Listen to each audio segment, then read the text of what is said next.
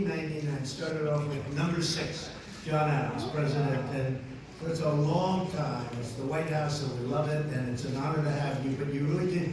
You broke the sound barrier. I've never heard it quite like that. And I appreciate it. We love you. We love you. And I'm honored to welcome everybody and these incredibly talented and unbelievable, patriotic young American leaders. You're going to be the leader, somebody I would be almost willing to bet, maybe even willing to bet, somebody in that audience right here, right in front of me, is going to be standing here someday. Yeah! Good job. Good job. You've done incredible work to get to this position, and I have tremendous respect for it.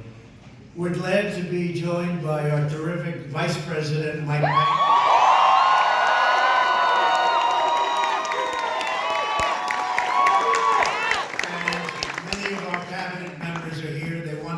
I told a couple of them, don't have to, don't worry about it. What the heck, these are my friends. So we have a lot of our cabinet members here, and to every young person, you represent America's future. You are the best and the brightest, the bravest and boldest, and someday you are going to be setting records like nobody before. I'm telling you, I know it. I know where it's at. I know where energy is, and you have the energy like very few people have the energy, so I just want to tell you, get out there. Prove me right, please. Okay? Yeah! I have no doubt you will. Each of you has come to Washington for the Black Leadership Summit because you know what it takes to achieve real change on your campuses and in your communities, and that's what you've been doing, and that's actually why you're here. You speak out for the values and principles that have made America the most exceptional nation anywhere on earth. And I will say this today, it's greater than it ever was before. Here, here! We have the greatest economy in the world. We have the greatest economy we've ever had. Tremendous numbers just came out today. You heard that. But you stand up for the oppressive forces, and you do. You stand right up to those forces in our country that demand conformity and control. You refuse to be censored. You refuse to be silenced, and you will never back down. We're the champions for free thought and free speech, and I especially want to thank a friend of mine who is, I mean, first of all, you think he's like 50, but he's about 25 or something. He's a young guy. I can't even imagine being so successful at such a young age, what he's done in so many ways. And really, and more importantly, letting young people know that they have a voice. Yes, sir. Charlie Kirk from Cleveland.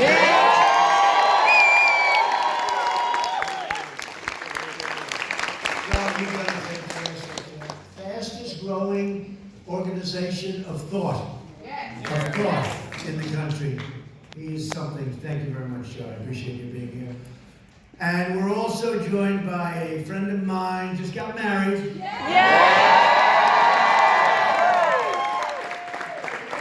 And Candace Owens, I watched her and I saw her coming. I said, you know, I'm pretty good at star power. I think I'd say that.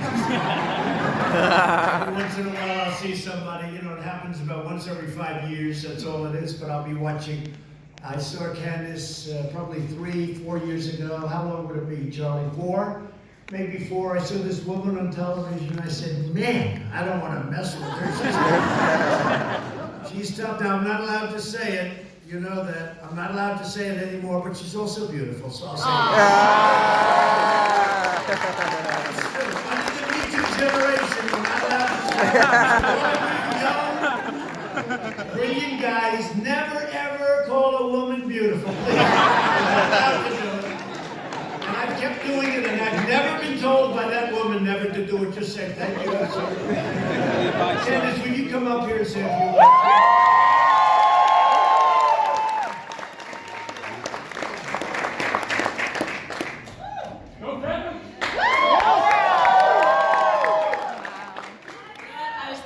Every single president that comes into office after 2 years, they look so much older. He seems to be the only president that's getting younger. He has somehow found a view. I think he gets up out of bed. It's the fight. He loves are so blessed. Listen, let me say this. The media, the audacity of them to think that they are going to impeach Oh no!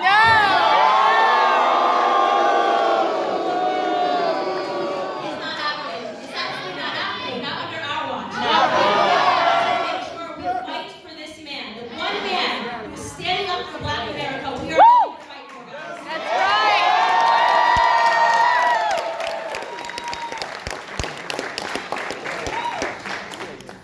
Outstanding person. She's another one. You're going to have to compete with her, too, for this position. Thank you very much. Sort of interesting. It's like, do we have a choice? We have to fight, right? We have to fight. We have to fight for everything, whether we like it or not. Another man who's been so incredible, Jerron Smith. Where's Jerron? Is he around?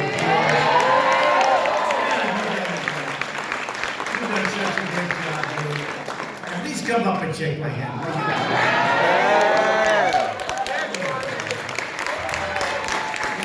He works with us, and he's actually not. I always say he's so elegant and so quiet and so nice.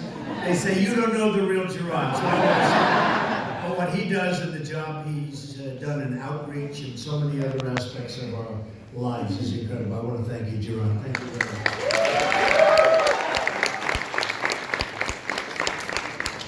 And Jerron knows what I'm about to do because a man who I met on Twitter, or as we would say, social media, he is some piece of work, this guy. He was hitting Deborah Messing like she never got hit before. This crazy Deborah Messing started messing with us. And all of a sudden I see this man on Twitter, and I see him all over, and he was hitting her, and I never saw anything like it. I felt so sorry for her. And then I look and I say, who is this guy? His name's Terrence Williams. All right!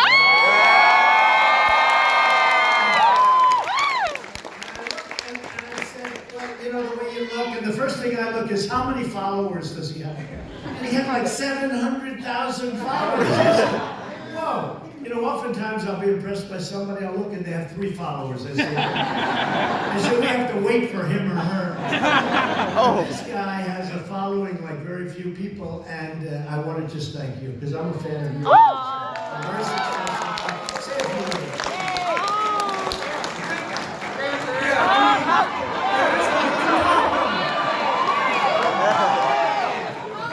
I just want to say I love President Donald J.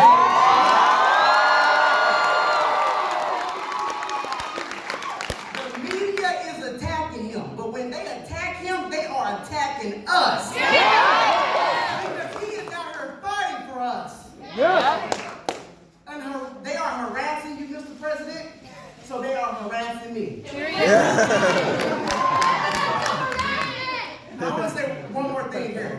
A while back, President Trump said, when he was talking to the Black community, if you vote for me, what do you have to lose? Because the do-nothing Democrats have done nothing for the Black community.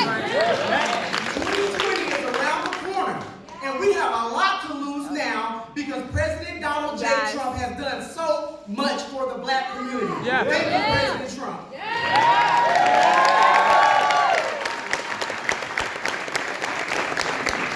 He's something. He's a talented guy. And when he started talking, I wasn't, I watched it once, I watched it twice, and then I called the First Lady over. I said, what do you think of this guy? Thank you very much, Terrence. We appreciate it a lot. We come together at a time of extraordinary opportunity for our nation. Thanks to our pro-American agenda, the economy is booming, wages are rising, and poverty is plummeting. We have the best economy we've ever had, and believe me, we're just getting started. We have such potential. Yes, sir. Such potential. Last month, the unemployment rate dropped to the lowest level in over 51 years. 3.5%. People didn't think they would see that a couple of years ago. If I would have said that, the fake news would have said this guy's exaggerating.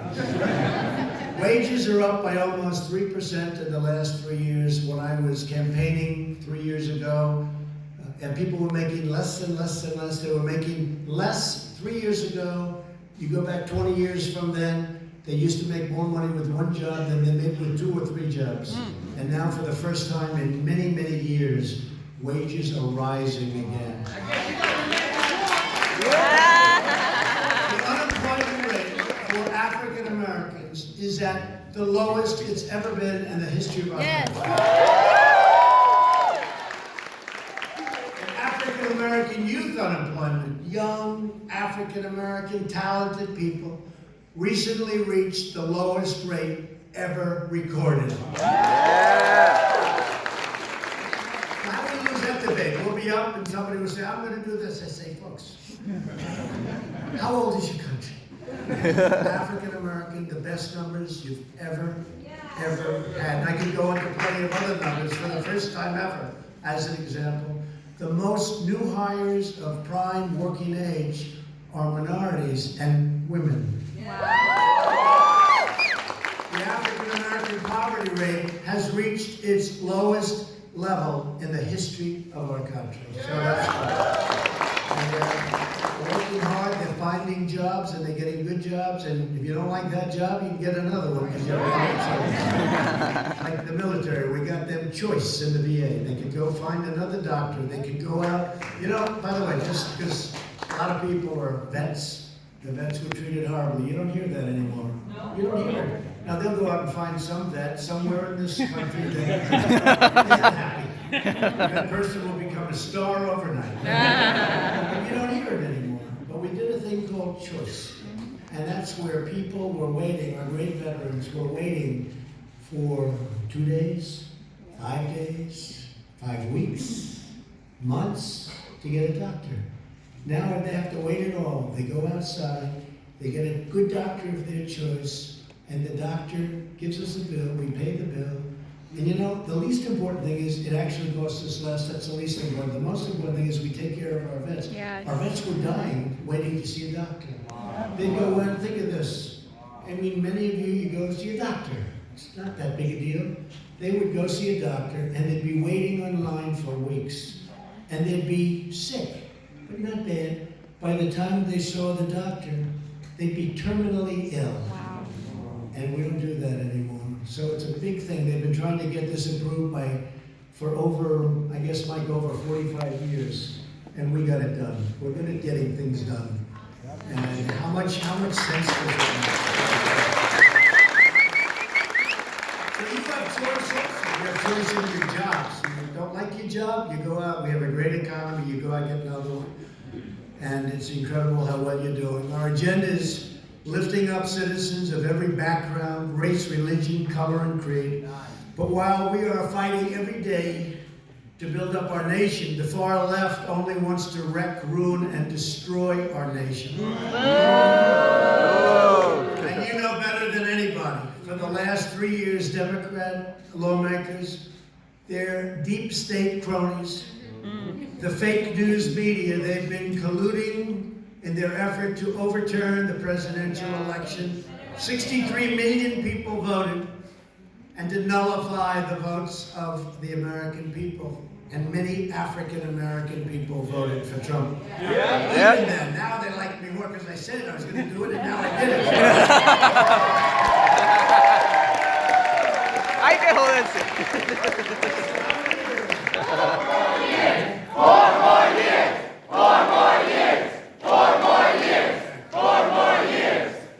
But you remember I make speeches, and I go through a list. I'll be talking about the African American community, and I go through a list of worst poverty levels ever, worst crime ever, worst schools ever, worst this. I go through 10 things. I read off from the list. And at one big rally, I had 25,000 people. I said, go with me. What the hell do you have to lose? I said, what do you have to lose? You know, the worst in every category you're getting, it's terrible. What the hell do you have to lose? And I'll never forget. I got on stage and my people came, sir, that wasn't very nice. I said, that's true. I really have to lose. And you went with me, and I did get a good vote, I have to say. You went with me, and now you have the best employment numbers you've ever had, the best poverty numbers, so it's good. But the radical Democrats are willing to do anything to smear anyone and to lie about everything in their craven quest for power and money and other things, I guess. I don't want to tell you what those other things are. Maybe when the camera's shut off, we'll talk. They're trying to steal your vote, trying to steal your voice and steal your country. They're trying to steal your country. That's right. And they don't have what it takes. Yeah! Shifty shift. How about shifty? We got 4 Pinocchios today in the Washington Post. He lies like the son of a gun. He's been lying for 3 years. But we will never let that happen when they take away your country. We will uphold the sacred principle of government by and for the people. That's you. The corrupt forces in Washington, and they are corrupt, and that includes the media, because large parts of the media, not all of it, we have some great journalists, reporters, but large portions of the media are corrupt, perpetrating these hoaxes like never before. The very same people who have made a living selling out American workers to foreign countries. They were closing the factories. You're losing your jobs. They leave our country, they make the product, they sell the product in, no tax, no nothing. So we ended up with empty factories and no jobs. By the thousands, by the tens of thousands, and jobs by the millions. These are the same bought and paid for politicians who let special interests write the laws, who push trade policies to enrich foreign nations, and who begged far-left judges to rewrite the Constitution of the United States to impose their own extreme ideology. No one in America has been hurt more as a result of the Democrats' corrupt leadership and socialist policies than our nation's African-American communities. It's true. For 100 years, African-Americans have gone with the Democrats. Has it worked? No! Hasn't worked. Actually, I guess, Candace, it's even more, but 100 years. And you look at what's going on in the cities run by these crazy left Democrats, and what's going on is not good. My administration is fighting with everyone and all our heart to reverse the pain inflicted by Democrat leaders and to deliver hope and opportunity and prosperity for all Americans, but for African American communities all throughout our land. Together we will express the corruption. We will defeat the socialists. Yeah. The fraud. And I will tell you what, we will do what we have to do. But we will stop defrauding all of the people in our country, because they've defrauded the people in our country. Yes, sir. We'll defend democracy, and yes, we will drain.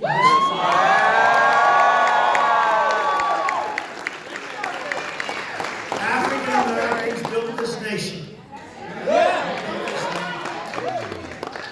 You know, you're just starting to get real credit for that. I don't know if you know that. You're just starting to get, you built the nation. We all built it, but you were such a massive part of it. Bigger than you were given credit for. Is that right? But with Candace around and Terrence, that's not going to happen for long. But through generations of blood, sweat, and tears, and you deserve a government that defends your interests, protects your families, and cares for our own citizens first. You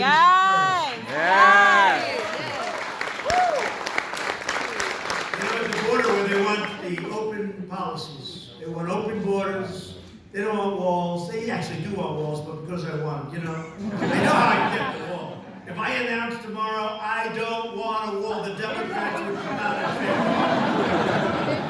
I should have thought of that 2 years ago. Wall Street, we don't want the wall. We want the wall. I said, all right, go ahead. Our philosophy is grounded in the sacred bonds of love and loyalty that unite all Americans, and we really have been united. It's been an incredible thing. A lot of great things have been happening.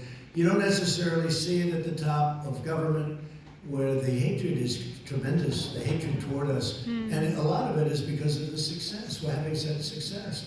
We're showing them what's going on. When you look at your unemployment numbers, how great they are, best in history.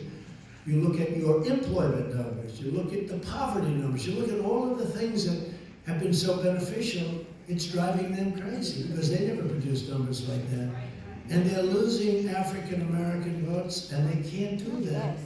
They just can't do that. They haven't done anything for you. They haven't done anything. 100 years, they haven't done anything. At long last, you have a government that puts Americans first, puts you first, puts your families and your communities first. We're adopting Buy American trade policies to stand up for our workers. Our tax and regulatory reforms are stopping the outsourcing of jobs, where they outsource all your jobs to other countries, and keeping businesses in America where they belong, and keep your jobs where your jobs belong. We're fighting every day to secure our nation's borders and to achieve an immigration system that prioritizes American families, wage earners, taxpayers, and people that can help you and can help our country. To keep our cities safe, we're supporting the brave men and women of ICE and Border Patrol. Yes, sir. You'd be amazed at how many African American people come up, and they have people living near them that are brutal killers. Wow. They're killers. But you're tough, you fight back. But sometimes you don't win those fights. Because you guys are tough too. They shouldn't be in our country. And it's really amazing to see what some of our law enforcement does and how much they love you. And that's the fact. That's the fact, and we're lucky to have them. To revitalize distressed neighborhoods, we created something that I'm very proud of. Tim Scott. Tim Scott has to be a lot of fun, and he came to me with Jared, and he said, so we'd like to do opportunity zones. I said, what's that? But once he told me, I said, maybe that would work. And I think, Jared, it's one of the great, unknowns of the successes that we have.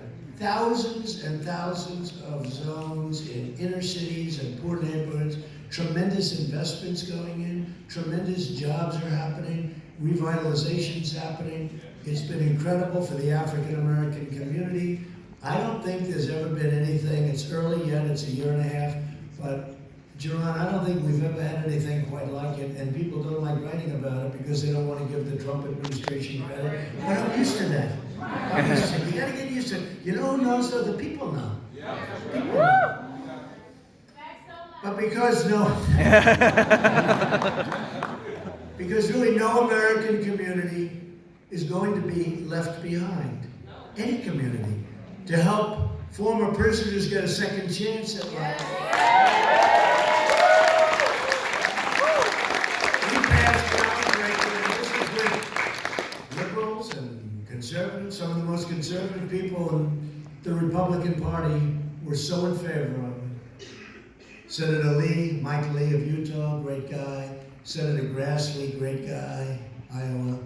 So many people. Criminal justice reform. Everybody said it couldn't be done. And a group came to my office. Sir, please, would you help us? These were liberal people. And I said, I will. Dan Jones was one, nice guy. I wouldn't say he's too good, but that's okay. Dan Jones. And he said, sir, we need your help. We can't get 5 senators. We can't get this. We can't get that. We need your help. We need your help. Please, sir. Help me. Please help me. I said, I can get you those 5 senators. And I called 5 or 6 or 7 to get the 5. Sometimes you have to go a little more than the 5 if you want to get the 5. Right? You know. I said, could I take a pass on this? But I got 5 people. Right, Jared? And we got the vote, and people were shocked, and nobody else could have done it. And they've been trying to change this for the African American community, for the Hispanic community, for other communities, but really the African American Hispanic communities by far benefited the most. And they've been trying to do this for decades. It started with the Clintons. It was not Remember when she ran and she had that young African American woman who was tough. Maybe it was Candace. Could that have been you? But no, I don't think so. But I remember how she was so angry at Hillary Clinton. But they passed that. And it was horrible for the black community, for a lot of communities, but in particular black and Hispanic and some others. And I said, Senator, it's a great thing. We got to do it. People are in jail for 40, 50, 60 years for a crime that isn't even a crime today. Right? Isn't that right? Yeah. Our friend, Jared, we have a number of them, but we helped a couple of our friends, a lot of our friends now. We pardoned certain people. Who would you say, John? Who would you say in particular? Go ahead. Give me a couple of names, because we had, you know who I'm talking about, Alice, right? We had a woman, Alice Johnson. We had a woman, Alice Johnson, who was this lovely woman, and she was in for about 22 years already. I mean, she served 22 years. And I think she had another 25 or 26 to go. For making a phone call. And look, she didn't know she did wrong. But today, it would be slightly different, like maybe not enough, to be honest with you. But it would be very different. So she was in, and she was a wonderful woman. And Kanye West came, and Kim came, and they said, President, could you do this? I said, do what? A woman's been in jail for 22 years. She's got another 28 to serve, I think, something like that. Think of that. And she's got another 28 to serve, and she's a great woman, and she's a wonderful woman. And I get along with Kanye for a long time. You saw the way when he was with the White House. I think for one day I went up through the poles like through the roof. I'm telling you, he was with the African American community. They like Kanye and they like Kim Kardashian, and we pardoned her, and we worked it so that she was going to be able to get out, a form of a pardon where she could get out. And she came out, and I'll never forget the scene. She comes out of this big prison, mean prison. Not too many of them in that, right? She comes out of front of the doors, and there are her children, but her children are now very grown. Big, strong guys, beautiful women, beautiful, just a big family. And they just embraced. And it was on television all over. The love, it was just incredible to see. And the tears, and they were just like one. It was incredible to watch. And they said, we have to do it with others. And you called Alice, I know that, Jerron and Jared. Come on, give those names. They right? Right, Brenda? Right. Right. And also, prosecutors are now sending them letters trying to overturn what you've done. That's right. What? The prosecutors are doing things that they weren't doing before. That's right. Thank you very much. That's good.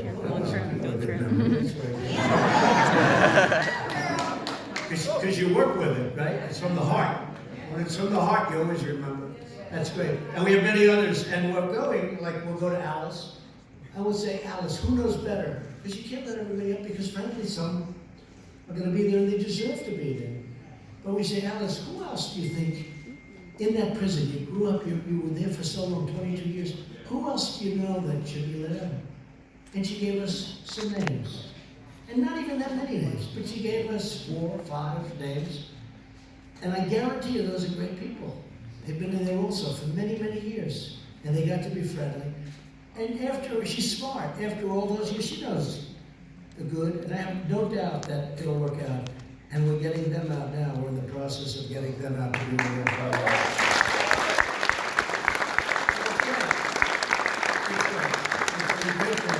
But I did want to say, Sylvan Jones was on about 2 weeks ago.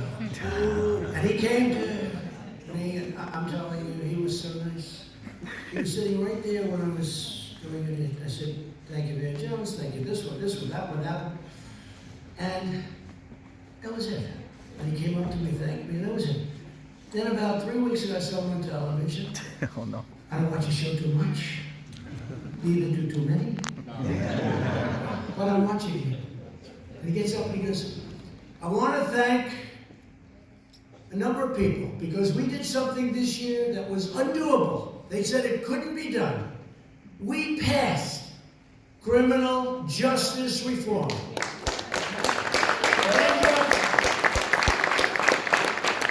And I want to thank Reverend Al Sharpton.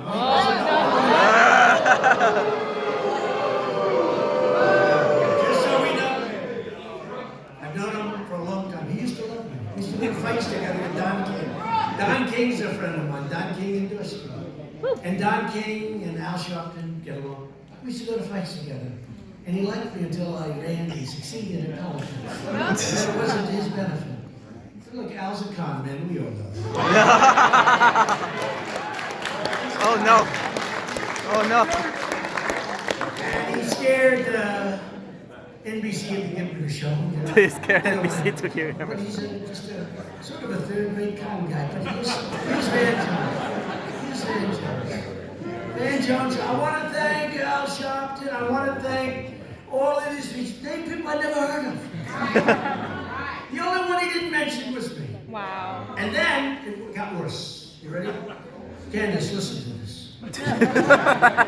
Terrence, are you listening? So he named these people, a lot of people, standing at the end of the show. I want to thank, because this was the greatest year we've ever had. We got criminal justice reform. I want to thank this one and that one and that one and that. I never heard of it. They kept waiting for my name. Darling, come over here. I'm going to have a great little name mention. Yes, darling, the First Lady. How good is the First Lady?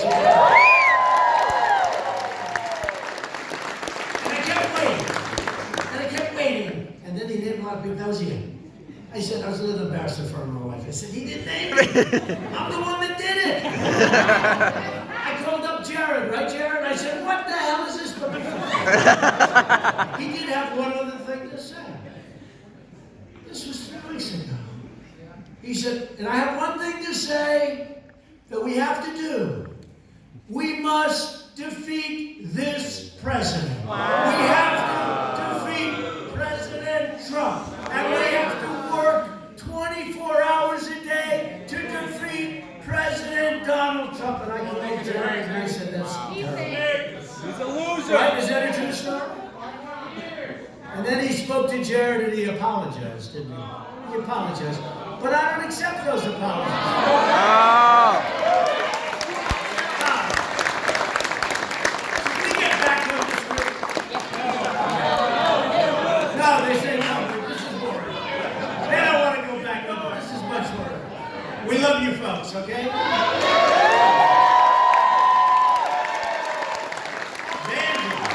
Vangelis, she's another beauty. Thank you very much, man, for the wonderful acknowledgement. I appreciate it. To give every American child the best chance to reach the American dream, we're fighting for school choice. Yes. Yes. Family Democrat more about catering to lobbyists and powerful teachers unions than they do about improving our schools for our children. True story. And Democrats care more about illegal immigrants than about their own African American people. Preach it. Preach it. Just walked into the country, and for you, they don't care. The whole thing is crazy. These people have gone absolutely nuts. It's clown What world. we're fighting for, the American way of life, the hard left and the radical left is working to trample the rule of law, erode individual liberty, and exert a far-reaching control over our lives. Left-wing censors have launched an all-out campaign against free speech. That is why they are trying to silence, deplatform, cancel, punish all of the proud conservative voters, all of the proud African-American voices that know what's happening and know how to become big, successful people, help other people. They want to silence you. But we know the patriots in this room will never be intimidated. Right. So here with us today is Kieran Boland, president of the Texas State University. That's a big deal. Turning Point USA chapter, who has bravely defended the right to free speech. And Kieran, would you please come up and say a few words, please? I love her hair. So, last year on my college campus, they did try to ban Turning Point from our campus. So, we fought strong and we prevailed. The piece of legislation was completely unconstitutional, and we are still fighting strong on our campus. So we're still there. I just want to thank Donald Trump for everything you have done for us. We are so incredibly honored to be here, and you've done so much for this country, and thank you so much. I'd also like to thank Turning Point for giving me the platform and the confidence to fight for our right to freedom.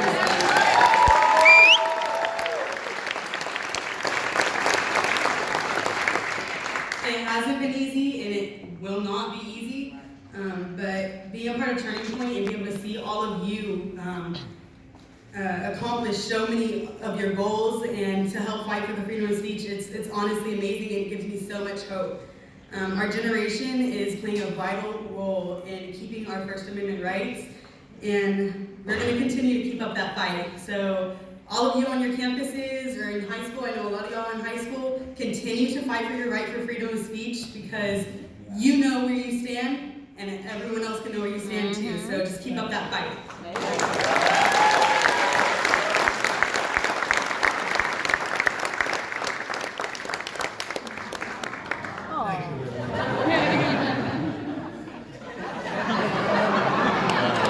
I gotta get the other two.